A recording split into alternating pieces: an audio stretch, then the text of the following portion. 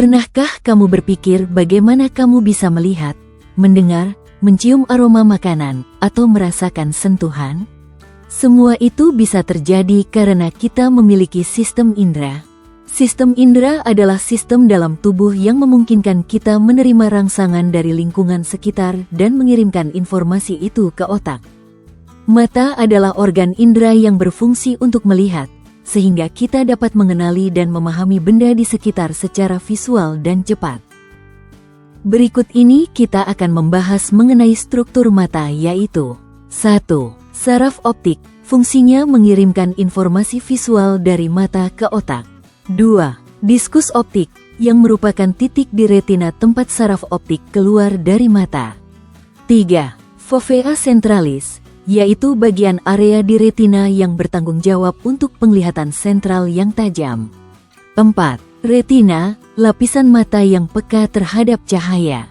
5. Sklera, merupakan bagian putih mata. 6. Koroid, lapisan vaskular mata. 7. Badan siliaris, otot yang mengontrol bentuk lensa. 8. Lensa, memfokuskan cahaya pada retina. 9. Kornea, lapisan transparan di depan mata. 10. Pupil, bukaan di tengah iris yang mengatur jumlah cahaya yang masuk. 11. Badan aqueous, cairan yang mengisi ruang antara kornea dan lensa. 12. Iris, bagian mata berwarna yang mengontrol ukuran pupil. 13. Ligamen suspensori, menahan lensa pada tempatnya. 14. Badan vitreus, substansi seperti gel yang mengisi ruang antara lensa dan retina. Cara kerja mata. 1. Cahaya dari objek, seperti lilin, masuk ke mata melalui pupil, yaitu lubang kecil di tengah iris. 2. Cahaya kemudian difokuskan oleh lensa, agar arah cahaya tepat menuju retina. 3. Lensa membentuk bayangan terbalik dari objek tersebut di bagian belakang mata, yaitu retina. 4. Retina, yang berisi sel penerima cahaya, mengubah cahaya menjadi sinyal listrik.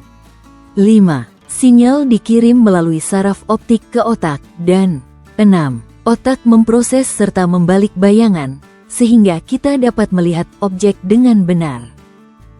Gambar tersebut menunjukkan perbedaan antara mata miopi dan mata normal. Sebelah kanan menunjukkan mata normal, yaitu bayangan jatuh tepat di retina, sehingga objek tampak jelas, baik dekat maupun jauh. Sedangkan bagian kiri adalah sebuah gangguan, miopi atau rabun jauh, bayangan jatuh di depan retina, sehingga objek jauh tampak kabur. Solusinya gunakan lensa cekung, negatif, untuk menggeser bayangan ke retina agar terlihat jelas. Hidung merupakan organ yang sering kali kita anggap remeh, tetapi memiliki peran yang sangat vital dalam kehidupan sehari-hari. Hidung bukan hanya sekadar alat untuk mencium aroma makanan yang menggugah selera atau parfum yang menyegarkan, tetapi juga berfungsi sebagai gerbang utama dalam proses pernapasan. Ketika kita menarik napas, udara segar masuk melalui lubang hidung. Di dalam hidung, terdapat rambut-rambut halus dan lapisan lendir yang berfungsi sebagai filter alami. Tugas utama dari sistem penyaringan ini adalah untuk menangkap debu, kuman, dan partikel asing lainnya yang dapat membahayakan kesehatan kita. Dengan cara ini, hidung membantu menjaga agar udara yang kita hirup bersih dan aman.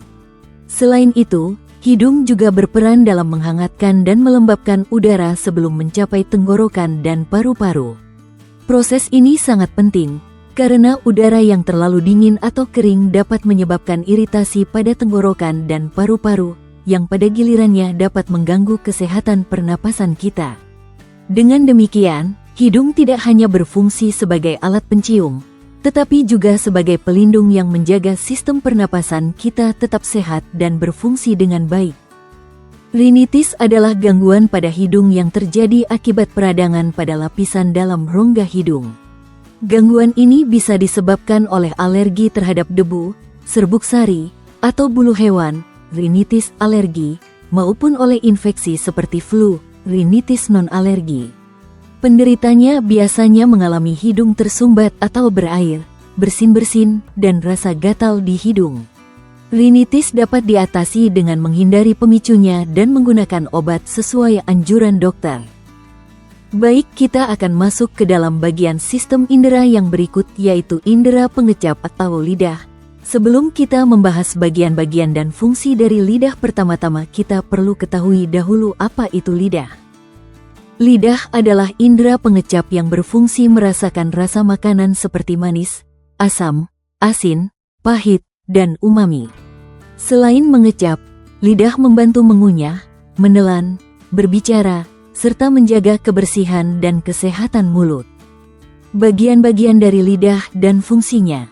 Bagian ujung lidah mengecap rasa manis karena banyaknya kuncup perasa untuk molekul gula. Bagian tepi lidah mengecap rasa asam dan asin, peka terhadap ion hidrogen dan natrium. Bagian pangkal lidah mengecap rasa pahit, karena sensitif terhadap senyawa pahit. Kebagian berikut yaitu reseptor sensorik dan proses persepsi rangsangan pada lidah. Kuncup pengecap pada papila lidah berisi sel-sel yang peka terhadap zat kimia dari makanan yang larut dalam air liur. Zat ini merangsang reseptor untuk mendeteksi rasa dasar seperti manis, asam, asin, pahit, dan umami, lalu diubah menjadi sinyal listrik. Pada bagian terakhir kita akan membahas gangguan pada lidah dan apa penyebabnya. Kanker lidah adalah jenis kanker mulut yang umum, biasanya muncul di bagian depan, tetapi bisa juga di pangkal lidah. Tanda awalnya berupa luka atau bercak putih, leukoplakia, dan merah, eritroplakia, yang tidak sembuh. Gejala. Penyebab utama. 1. Merokok, karsinogen dari tembakau. 2. Konsumsi alkohol berlebihan. 3. Infeksi HPV, terutama tipe 16. 4. Iritasi kronis dari gigi rusak atau gigi palsu. 5. Kurangnya kebersihan mulut. Sistem indera telinga. Telinga merupakan alat atau indera pendengar manusia yang fungsinya sangat penting bagi manusia untuk dapat mendengar suara yang ada di sekitarnya. Bagian-bagian telinga, indera pendengar manusia terdiri dari 3 bagian, luar, tengah, dan dalam. Fungsi bagian telinga. Telinga luar, daun telinga, lubang telinga, liang pendengaran, menangkap gelombang bunyi. Gendang telinga menerima getaran dan meneruskannya ke telinga tengah. Telinga tengah memiliki 3 tulang pendengaran, martil, landasan, sanggurdi, yang memperkuat dan meneruskan getaran ke koklea. Telinga dalam, tingkap jorong, bundar, saluran setengah lingkaran, koklea, mengubah getaran menjadi impuls saraf yang diteruskan ke otak. Saluran eustachius menyambungkan rongga mulut dengan telinga tengah. Mekanisme kerja telinga. Gelombang suara 20-20,000 Hz ditangkap daun telinga, diteruskan ke gendang telinga, lalu ke tulang pendengaran dan koklea. Getaran menggerakkan cairan dalam koklea, menstimulasi saraf pendengar, lalu impuls dikirim ke otak agar kita bisa mengenali suara. Gangguan pada sistem pendengaran. Tinnitus. Tinnitus atau kuping berdengung merupakan kondisi yang bisa dialami semua orang pada segala usia, baik anak-anak maupun lansia. Penyebab gangguan tinnitus. Paparan suara keras. Mendengarkan musik atau suara keras dalam waktu yang lama dapat merusak sel-sel rambut di telinga dan menyebabkan tinnitus. Sistem indera kulit. Indera peraba terdapat di seluruh permukaan kulit. Pada kulit terdapat ujung-ujung saraf yang peka terhadap sentuhan, tekanan, rasa panas, rasa dingin dan rasa sakit, nyeri. Semua itu kecuali rangsang nyeri bergantung kepada adanya organ indera yang khususnya ujung serat-serat saraf. Bagian-bagian kulit. 1. Epidermis. Epidermis merupakan lapisan terluar dari kulit. Lapisan epidermis tersusun atas kulit ari dan lapisan Malpighi. Pada epidermis terdapat saluran keringat, lubang kulit atau pori-pori dan ujung rambut. 2. Dermis. Dermis berada di bawah atau di sebelah dalam epidermis. Pada dermis terdapat kelenjar keringat, akar rambut, pembuluh darah, saraf dan reseptor indera peraba. 3. Hipodermis. Hipodermis adalah lapisan kulit yang paling dalam. Lapisan ini mengandung banyak jaringan lemak yang berguna untuk menghangatkan tubuh. Mekanisme kerja kulit. 1. Rangsangan di kulit, misalnya, memegang air dingin, dicubit, disentuh dil, akan diterima oleh reseptor, penerima rangsangan, yang terletak di bawah permukaan kulit. 2. Kemudian diteruskan ke saraf tepi, saraf di luar otak dan sumsum tulang belakang. 3. Lalu masuk ke dalam susunan saraf pusat di sumsum tulang belakang. 4. Kemudian stimulus diteruskan ke atas sampai ke talamus, pusat penyebaran utama impuls-impuls sensoris yang berperan penting dalam memproses, mengolah informasi sensorik ini. 5. Dari sini, stimulus dikirimkan ke pusat sensorik di otak besar, cerebral cortex, yang disebut korteks sensorik. Gangguan kulit adalah berbagai kondisi yang memengaruhi lapisan terluar tubuh, menyebabkan berbagai masalah seperti iritasi, peradangan, dan gejala seperti gatal, bersisik, perih, atau kemerahan. Gangguan kulit dapat disebabkan oleh berbagai faktor, termasuk infeksi, alergi, gangguan autoimun, dan faktor lingkungan. Eksim atau dermatitis atopik adalah kondisi kulit yang ditandai dengan peradangan ruam gatal dan kulit kering. Diseminasi dalam konteks ini merujuk pada penyebaran atau penyebaran luas kondisi eksim. Penyebab eksim. 1.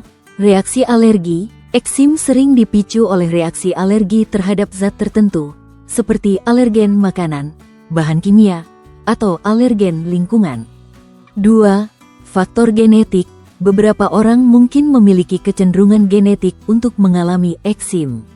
3. Faktor lingkungan. Paparan alergen dan iritan lingkungan dapat memicu atau memperburuk eksim.